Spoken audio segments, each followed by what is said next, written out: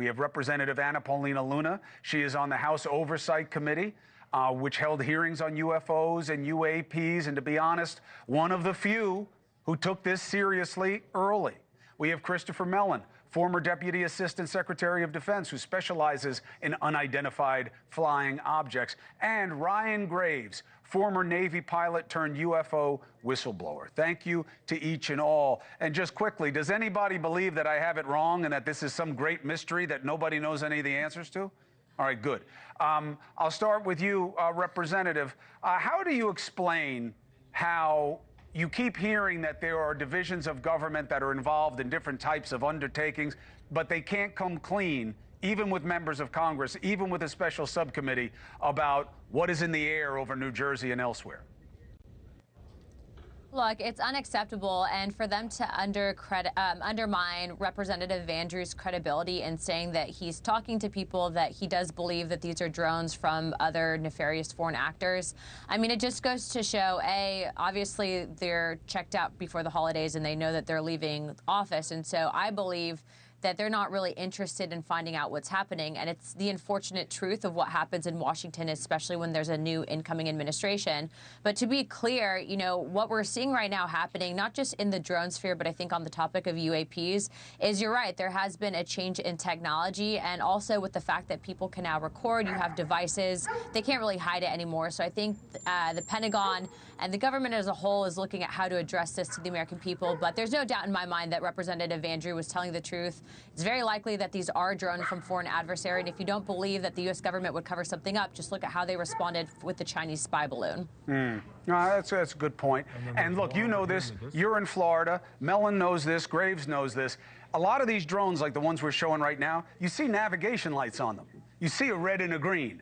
You know this from boating and down, so they have the same things. Aircraft are the same thing that boats do. They have a red and a green. So it's not like they're from some outer atmosphere. Let me start with you, Mr. Mellon. Do you believe that there are more and that it's understood and explainable? I believe there are more. I think it's important for people to understand that this has been going on since at least 2017.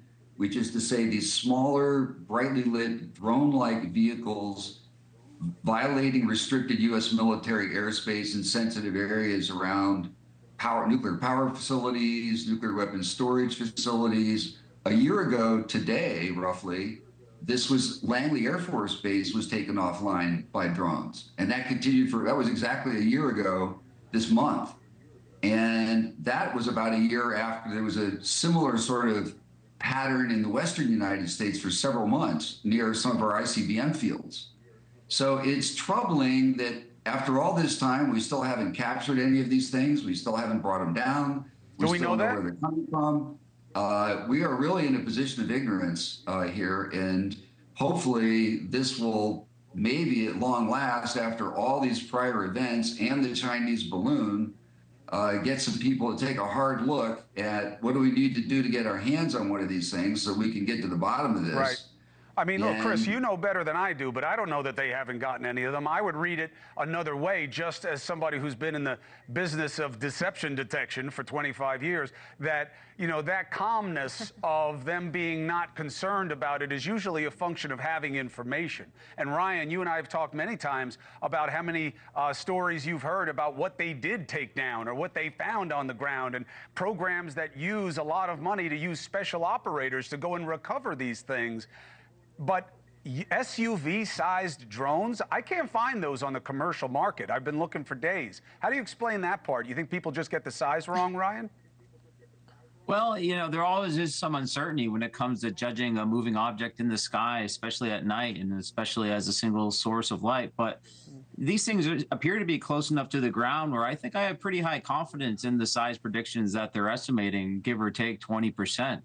But, these sizes and these types of behaviors are something that we've seen and we've talked about, Chris, over the years, starting at Virginia Beach, working its way further north into the Langley area, and perhaps now into New Jersey.